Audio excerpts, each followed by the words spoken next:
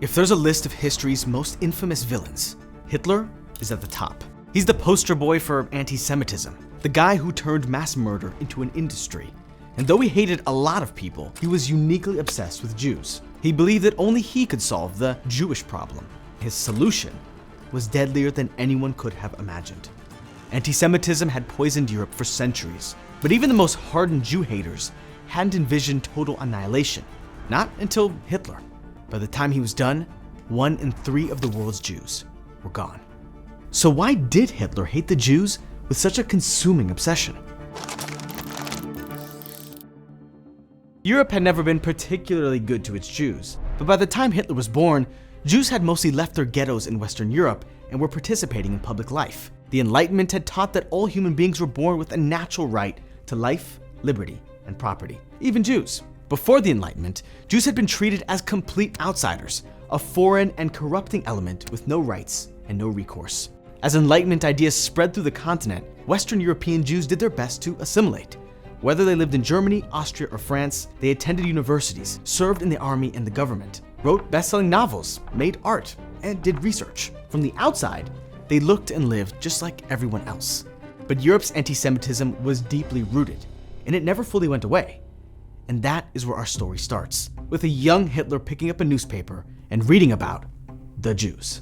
Even as a kid, Hitler had been drawn to politics, and he had some strong opinions. The Austro-Hungarian Empire, which was in power at the time, was multi-ethnic and multinational, but not everyone was happy about this state of affairs, and Hitler soon fell in love with German ethnic nationalism, the idea that all ethnic Germans should unite under one banner. This vision of a united Germany left no room for ethnic minorities, especially not Jews. Nationalist papers openly referred to Jews as lice, the lowliest of all peoples, and the abomination of the human race. Rhetoric that the young Hitler swallowed without a second thought. Like I said, even in enlightened Europe, anti-Semitism was alive and well. At 18, Hitler moved to Vienna, hoping to become an artist. To a small-town kid with big city dreams, Vienna was like an electric shock, bustling, cosmopolitan, and full of dangerous ideas. The city was a battleground where modernity and tradition collided head-on. The government tried, and often failed, to crack down on the pornography and immorality that seemed to be everywhere. From Freud's theories of sexuality, to Mahler's operas, to Klimt's erotic paintings. Hitler came to Vienna to make art, but found himself disgusted by the city's degeneracy, which he blamed on Vienna's Jewish artists and intellectuals. Modernism was overtaking traditional values, and the open exploration of social taboos like sex, poverty, prostitution, violence, and alternate forms of government terrified conservative thinkers. Everywhere Hitler looked, he saw conspiracy to destroy all that was pure, noble, wholesome, and German. At the same time, Hitler fancied himself an artist, but good art requires bravery, open-mindedness, a willingness to challenge convention. Hitler's art had none of those. His paintings were technically proficient, but stiff and soulless. And so when he applied to Vienna's Academy of Fine Arts, he was rejected twice. Broke and aimless, he took to wandering the streets, where for the first time he came face to face with religious Jews. These traditionalists looked nothing like the modernists he blamed for Vienna's moral decay, but they were just as alien and threatening to the honest, hardworking Volk of his beloved Germany. True, Hitler had been born in Austria, but he'd always idolized the Germans on the other side of the border, and by his teens, he was fully immersed in the Volkish ideology, a toxic mix of racism, romanticism, and German superiority. This pseudo-scientific populism was all the rage in Hitler's Vienna, helped along by the city's anti-Semitic mayor. Karl Lueger was a contradictory kind of guy.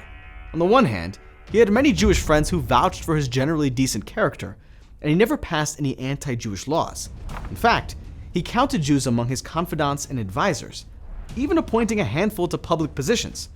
At the same time, his political platform was built on populist scapegoating. He needed someone to blame for the city's moral decline, and Jews were a convenient target, shapeshifters who could be made to fit any charge, communist or capitalist, practitioners of an alien religion, or pornographers and prostitutes, and always, always outsiders. Hitler found his hero. It would be an exaggeration to say that Lueger normalized anti-Semitism in Vienna, because anti-Semitism was already in the air, but his political savvy and talent for public speaking electrified the young Hitler. Here was a man who understood PR, a stirring orator with a knack for political theater. whipping up crowds with a well-chosen word. Whether or not he was sincere, Lueger's grandstanding offered Hitler a blueprint for how to seize and wield power effectively.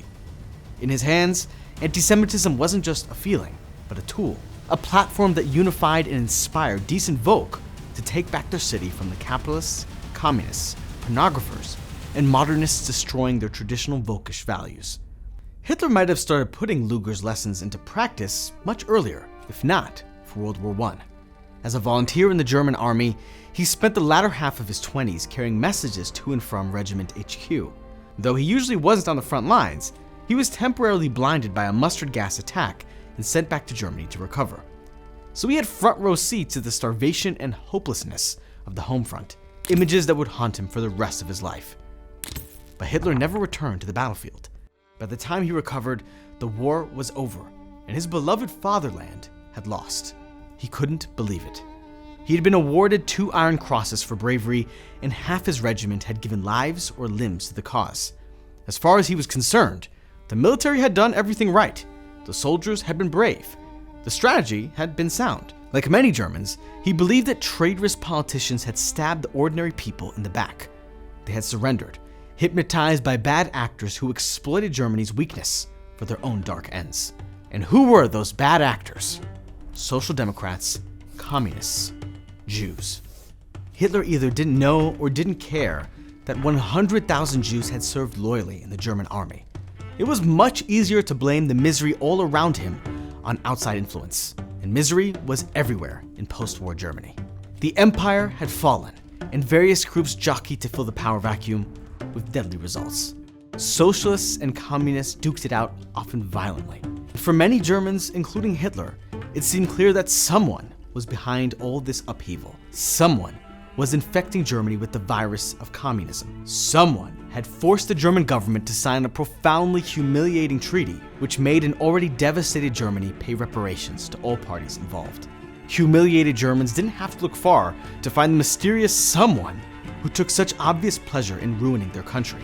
By 1919, German translations of the Protocols of the Elders of Zion were popping up everywhere. A few years before, a Russian journalist claimed to have found the minutes of a series of secret meetings of a shadowy Jewish group called the Elders of Zion. Each chapter meticulously noted the various methods that the elders employed to take over the world. Because when you're in a secret cabal, you definitely write down every detail of your evil plans and leave them around for anyone to find. Said plans were all super achievable and normal. Seizing control of the banks, the media, the schools, world governments, and so on, in order to rule the world, enslave all non-Jews, and destroy all other religions. Cue the evil laugh. I really wish I didn't need to say that the Protocols of the Elders of Zion are completely and totally fake. But I read the comments. So for anyone who needs to hear this, there is no Jewish plot to take over the world. And if there were, we'd be too busy arguing with each other to actually put it into action. I realize I'm using logic and reason, as well as some much needed humor, to combat a deeply illogical and unreasonable paranoia. But Hitler didn't see himself as a madman. In fact, Rabbi Raphael Shor explains in his book that it would be both inaccurate and unsatisfying to merely dismiss him as a lunatic. At the core of his hatred was a deeply developed worldview that positioned Jews and Judaism as the antithesis of everything he valued and cherished. Above all else, it was this tension between Judaism and Hitler's values that lay at the heart of his hatred. All his other accusations about Jewish domination, Jewish pornography, Jewish Marxism or capitalism or alienists were merely window dressing, useful embellishments to a much deeper animus. That is the accepted approach that almost everybody considers to be true without ever giving it much of a second thought. The parallel that goes along with that is that Hitler was a complete madman with no coherent thinking in his brain and ideology. He was just a megalomaniac psychopath, and all that together is why it all happened. Germany was the most intelligent, sophisticated, academic, logical country in the world. In the 1920s and 30s, if you wanted to get the best education, you went to Germany.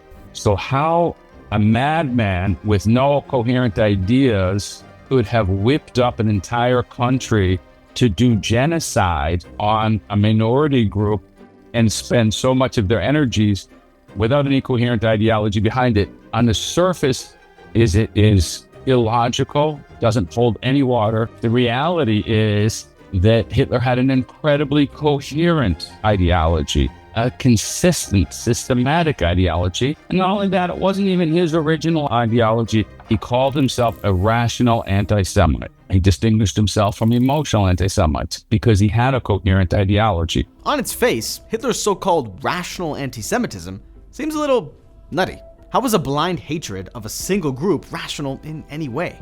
Hitler hated the Jews because he viewed the world in an ideological battle for the core ideas that Western civilization should maintain and should believe in. If the one that he did not believe in would be successful, then that would be the destruction of humanity. And Hitler viewed himself as the man who was going to bring the correct ideology into the world for the sake of humanity. He was going to save humanity. What was the bad ideology? The Jewish ideology. Hitler believed that the Jewish people, Judaism, had brought into the world a series of ideas they called the human concept, humanitarianism, love your neighbor, equality, human rights, peace on earth, brotherhood of all mankind, ethical monotheism. Those ideas were going to destroy humanity. Through us, through Christianity, through various other movements, we have successfully transformed the world. Hitler had found a way to warp scientific theories into twisted social truths. Natural law was the only law that mattered. And if natural law dictated the survival of the fittest, then so should society. What did he think was going to save humanity? Was the idea of social Darwinism. Might makes right. He believed that just like the animal kingdom is governed by survival of the fittest, natural selection, which means the stronger destroy the weaker go away, and as a result, you have an evolution of the animal kingdom to greater strength and survivability. And he believed that that was what was also the rule for mankind. But equality and peace on earth opposes those ideas of survival of the fittest. Survival of the fittest means you have a hierarchy and the lower ones should be wiped out. You don't help the poor and help the weak and help the sick. You don't. You get rid of them. You allow them to die so that the species or the nation can continue to thrive. To Hitler, individuals were worthless unless they were strong, which meant that human beings had no inherent worth on their own. The sick, the weak, the underdog, they were worthless to the survival of the Volk, unworthy of even being alive. But someone had inverted these natural laws. Someone had taken the pure and holy rules of nature and softened them. Why else would society care for the sick and poor and weak? It had to be a plot, a conspiracy to weaken and enfeeble the strong, pure, muscular Volk. And Hitler knew exactly who was behind it. The Jews had brought this sickness into the world. They'd introduced the dangerous idea that all human beings had inherent worth, with their outlandish claim that even the sick and the weak were made in the image of God. And this corruption of the natural order extended to the Jews' very existence. By rights, they should have disappeared long ago. And yet, despite their statelessness, their weakness, their dispersal all across the corners of the world, the constant attempt to wipe them out, here they were, alive and kicking, free to unleash their dangerous ideas on the world.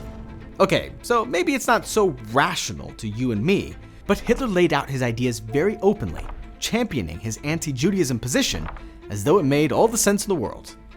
And in doing so, he actually grasped something that many Jews have forgotten. So to understand that Hitler was not insane, but that he actually perceived something real about the Jews, if you take that to the logical extreme and you're Jewish, that means there's something deeply important about who you are and your mission. Of course, this wasn't particularly comforting to the Jews of Europe.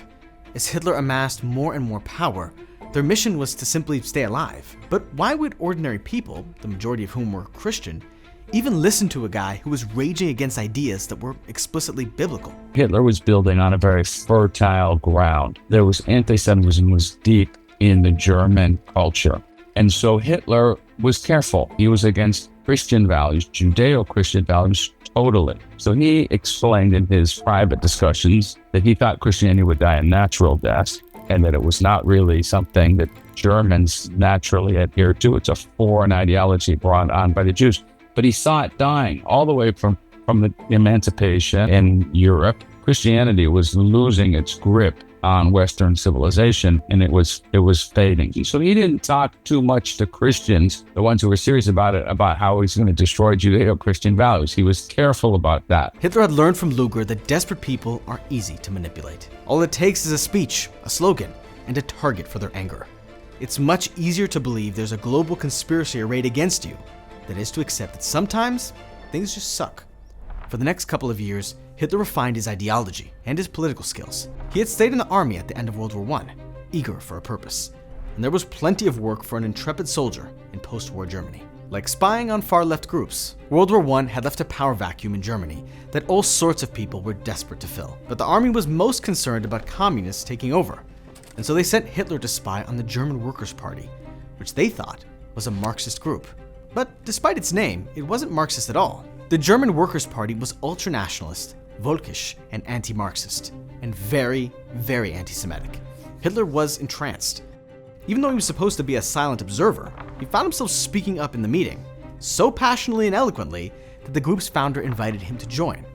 2 years later, he was the group's new leader, having booted out the old founder. And he decided it was time to rebrand as the National Socialist German Workers' Party, or in short, Nazi. The party had started out small and marginal, but Hitler had no intention of staying on the fringes. Soon, the party even had its own newspaper where it put out calls to young men looking for a purpose, and the young men began joining. By 1923, the Nazis even had their own paramilitary wing, 3,000 members strong. Their first act was to try and overthrow the government. The coup failed, and the story should have ended there, a blip in Germany's chaotic history, a weird memory of the time a bunch of fascist goons tried to take over the government. But that's not what happened. Instead, Hitler found himself in front of a very sympathetic judge. Technically, the guy had committed treason, so the judge outlawed his party and sentenced him to prison. It was in prison that Hitler wrote his magnum opus, Mein Kampf, a poisonous treatise explaining why Jews were a threat that needed to be eliminated. In less than 9 months into his sentence, Hitler was free once again. Almost immediately, he got the old band back together. A decade after his attempted coup, he was elected the Chancellor of Germany. And a decade after that, the so-called final solution was in full swing. It's easy to call Hitler crazy, easy to pretend he was just a madman. But there was a method to his madness, a reason for his hatred.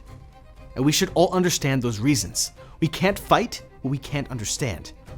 So whether you're Jewish or not, if you believe in love and compassion, in the sanctity of life, in the divine spark inside each human being, you're already resisting Hitler and his twisted ideology.